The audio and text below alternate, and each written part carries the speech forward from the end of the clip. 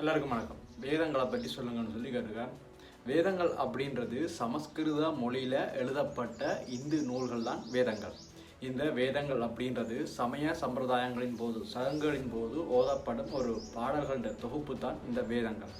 இந்த வேதங்கள் 4 வகைப்படுது. ரிக்வேதம், சாமவேதம், ஜகிர்வேதம், அதர்வ வேதம்னு சொல்லி இந்த வேதங்கள் 4 வகைப்படுது. இந்த 4 வேதங்களுக்குள்ளேயும் 4 உபவிரிவுகள் இருக்கு.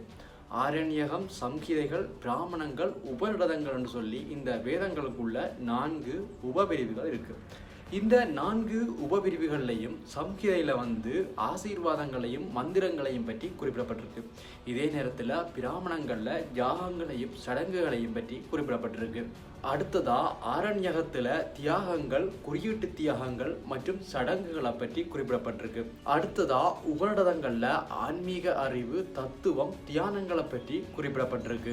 இந்த 4 வகை வேதங்கள்லையும் ரிக்வேதம் மிகவும் பழமையான வேதம் அப்படின்னு சொல்லி இந்து மக்களால போற்றப்பட்டு வருது. இந்த 4 வகை வேதங்களையும் வியாச முனிவர் உருவாக்கினார் அப்படின்னு சொல்லி இந்து மக்கள் நம்புறாங்க. மிக பழமையான வேதமான ரிக்வேதத்தின் ஒரு படைப்பு பாடல் ஒன்றுல ஒரு மனிதனுடைய வாய் பிராமணர் என்றும், கைகள் சத்திரியர் என்றும், தொடைகள் வைசியர் என்றும், பாதங்கள் சூத்திரர் அப்படின்னு சொல்லியும் குறிப்பிடப்படுது.